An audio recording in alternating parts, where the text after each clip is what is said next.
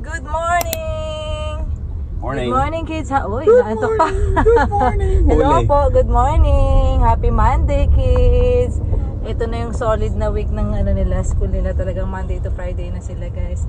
Hi, kids. Dala na ni Atalia yung bag niya. Last year bag niya yan. Ginamit niya pa ulit ngayon, guys. Pati si Kuya, no, kids? Alright, let's go, guys. Ayan, galing akong duty. Humabol ako. Medyo late na nga, actually. Sana hindi sila mali dahil sa akin. So ayan, guys, sahatid natin sila. Let's go! Tudud!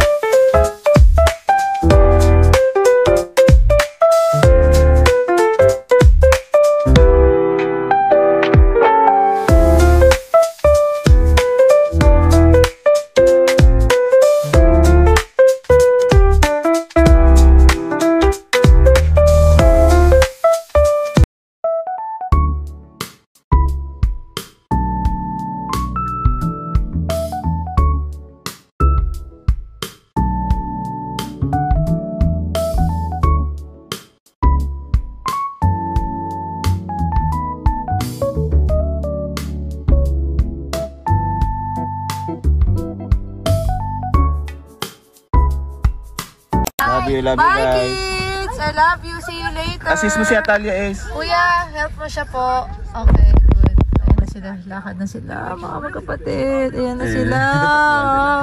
Ngayon ko lang sila nakita. Ako rin eh. Ayan. Ang cute nila. Ayun, nahatid na namin yung mga kids, guys.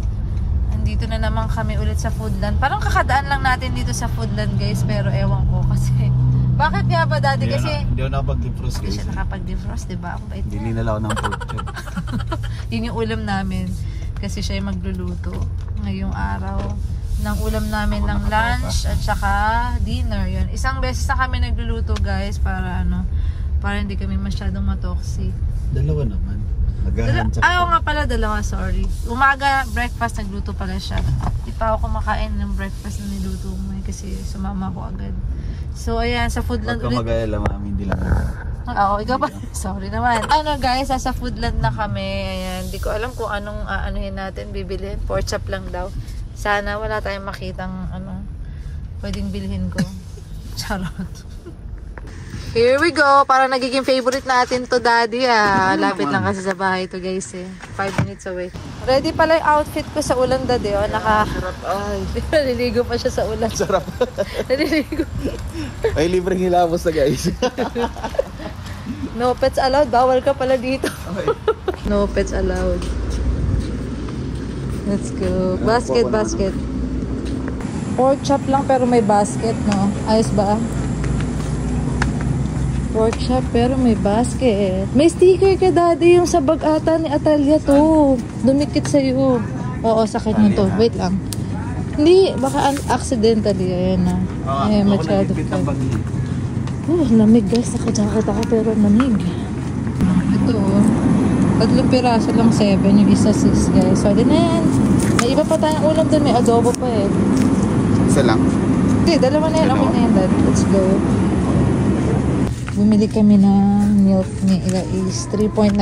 Walang malaki, guys. Favorite namin to. Yan. Ito, hindi ko alam yung price nito. Pero ito na lang. Favorite natin to. Ito, isa. Ito, guys. 2.99. Nagustuhan ko. Dalawa? Ayan, dalawa. Okay na ako? Ito ang literal, Daddy, na mabilisan lang. Naka 23 lang kami, guys. Buti, napigilan ko si mami ko. Napigilan pa ako niyan. Yan kapag lang kayo na dapat. mag-shopping, hindi yung kung saan pa dumadaan. Kasi sabi ko, naantok na tignan ako. mo, pork chop lang pero may nilidekta pa siya. Kaya nga. Tsaka minto na yung ambon. Uwi na kami, guys. Breakfast na lang sa house and tulog. Mamaya magsusundo pa. So, let's go. So, ayan, guys. Habang pauwi tayo, as usual, mag-shoutout tayo, guys. Yes. Yan, sisimulan ko kay Mr. Warrentan 2478. Yan. Sabi niya, Daddy, lumalabas ang Fatima niyan. So, smiley. Yes. Shout out sa nabuhay sa BK. Kailangan na estudyante, no? Yes. Batch 2029 kami. Ayan. Shout out, Warrentan. Siya, sabi niya, shout out sa nabuhay sa BK, AMS, Likod at Ihawan sa parking Olfo, Valenzuela. Sarap. Dinakdakan lang everyday. Yan guys, yung mga taga Fatima Valenzuela dyan guys, yung BK, ibig sabihin nun guys, bundok kanin, literal no? Oo, sarap yun. Literal na bundok kanin sila mag-serve, sobra nakakamiss yun guys. Yun yung Dinakdakan, inihaw, Yeah, grabe mga ganun yung mga ulam, grabe. Actually, nakakalas, masakit lalo yung chat ko. Ayan guys, shout out sa mga taga Fatima na nanonood sa amin. Mabuhay tayo, yes. Yung BK yan, sobra. Siguro pag uwi ko ng Pilipinas, nasarap balikan, no? Yung parang nagre-reminisce ka lang, tapos dun kung saan ka nagsimula, ganyan-ganyan, nag-aaral ka pa. Totoo. Tapos nagdi-dream ka lang nung makapunta sa, syempre pag nurse ka noon, parang ang dream mo talaga makapunta sa kung di sa US, sa ibang bansa kasi, ganoon talaga in demand nung year na yun, 2029 guys, sobrang boom na boom nun. 2009. Or mas lower, basta ayun. So shout out sa iyo, thank you for always watching and thank you. Tapos ito meron pa. Next shout out natin kay Miss Vivian Ranolo 8474. Sabi niya, hi Team Alaistante, avid viewer here. Updated sa every episode nyo. Ayan, question lang po. Since nasa Alabama kayo and work nyo is sa Tennessee, kamusta ang taxation nyo? Ayan, okay naman, may tax naman sa tax mo. May tax na rin kasi di nawawala pero yung income tax sa state tax meron kasi yung Alabama, so nagbabayad kami nun. So yun lang naman yung nabago so far.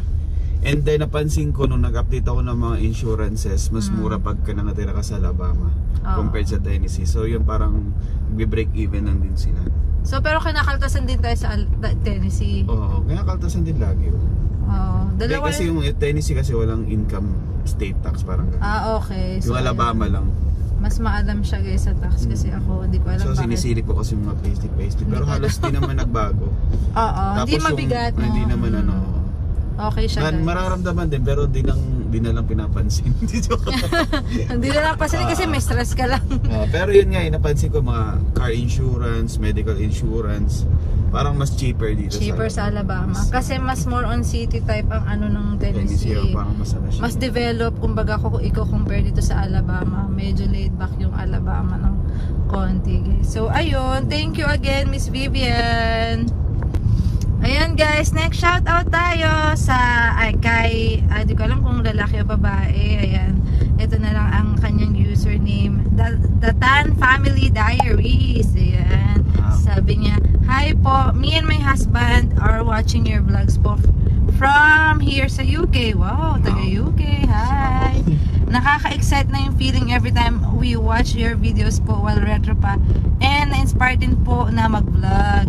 Pa-shoutout na lang po sa next video niyo po. Thank you and God bless you, your family more po. Yeah. Congratulations, nasa UK na sila. Nasa UK sila pero dati nung nag-retro daw nag-watch na din sila, so ibig sabihin sa Pinas pa lang. Hindi na sila. Narito na ako. Sabi niya nakaka-excite yung feeling every time na while retro pa. Nasa UK sila ngayon, tapos siguro application nila kung hindi ako nagkakamali ongoing po, no? Parang ganun. So lilipat sila? From UK to, di ko sure po, pero shoutout sa inyo po, sa family nyo. Yeah, tapos sabi niya, nakaka-inspire din, baka mag-vlog din daw sila. Yun po, nakakatuwa din mag-vlog ng mga nyo, nung mga memories nyo, tapos may natutulungan pa kayo ng mga ng mga meron ding application, and memory bank din yung YouTube, tapos nakakatanggal pa siya ng stress. Yun yung mga pros guys nung pagbablog. So continue nyo lang. Parang album kung gusto mong balikan, review. Kung gusto nyo mag-vlog guys, gulat na lang kayo. Laki na pala ng laki ni Ace, ng mga bata. Sobrang nakakatuwa. Payat pala ako dati. Totoo, balik-balikan din namin guys, nas may part ng mga memories din namin, nakakatuwa.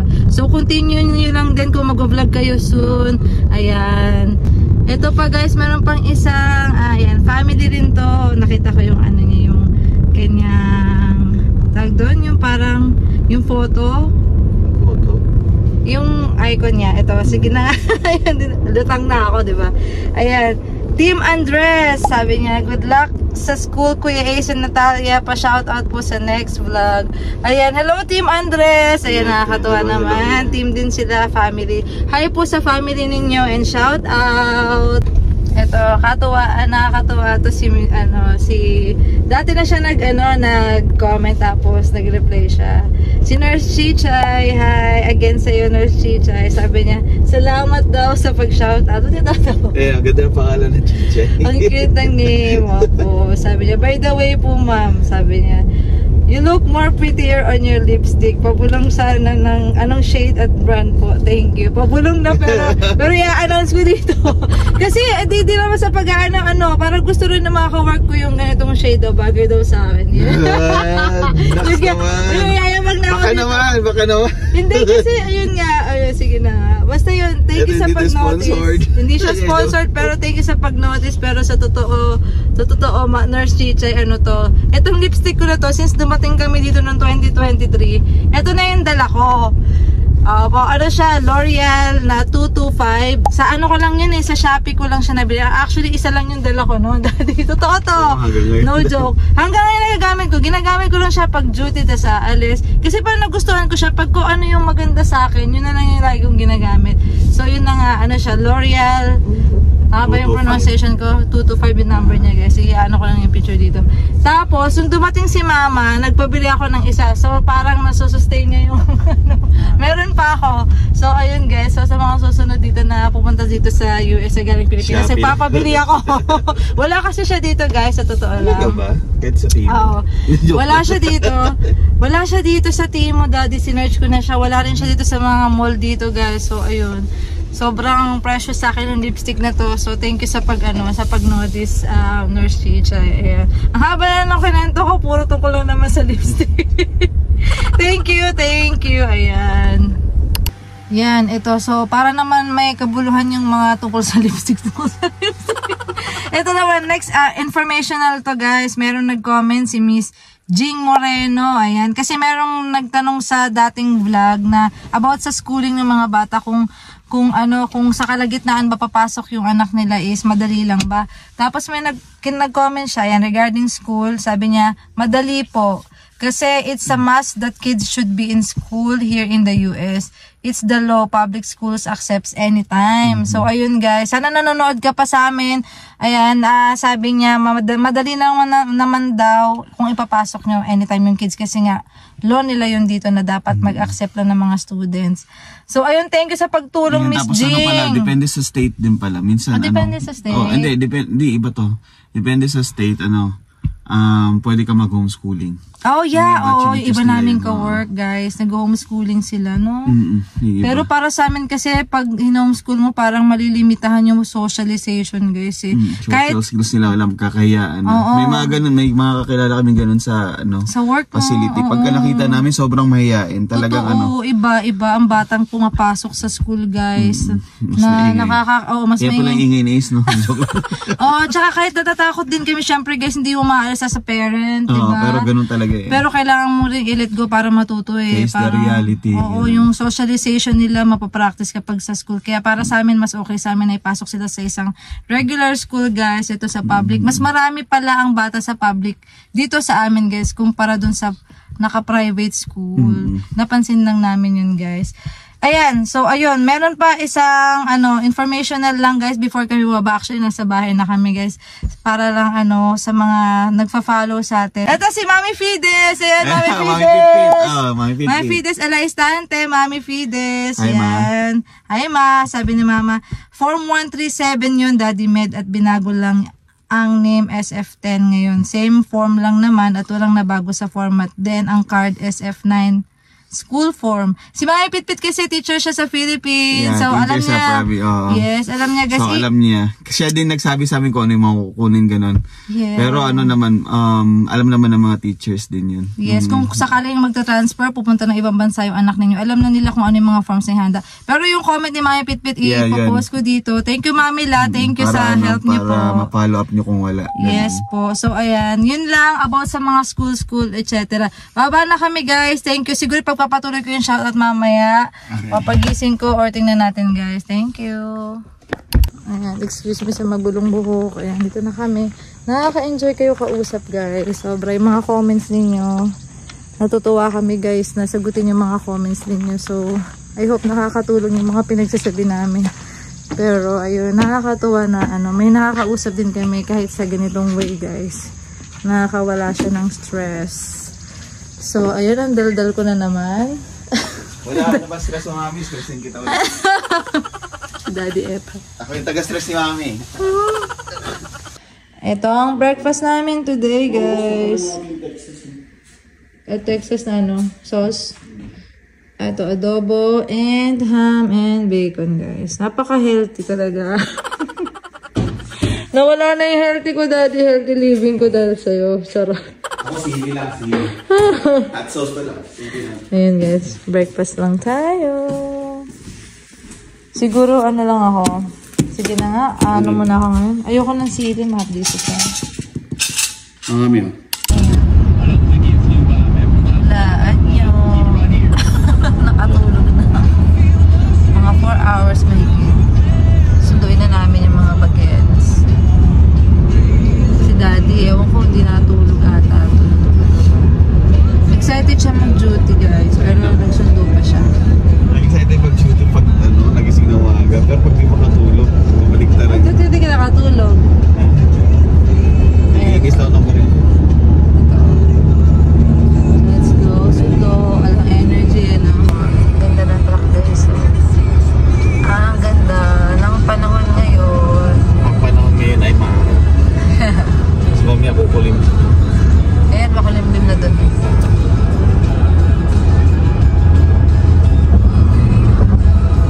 Ayan sila, ayan sila. Nakita tayo agad ni Talia. Hi, Talia. Hi, Kuya. Hi. How was your day, Hello. guys?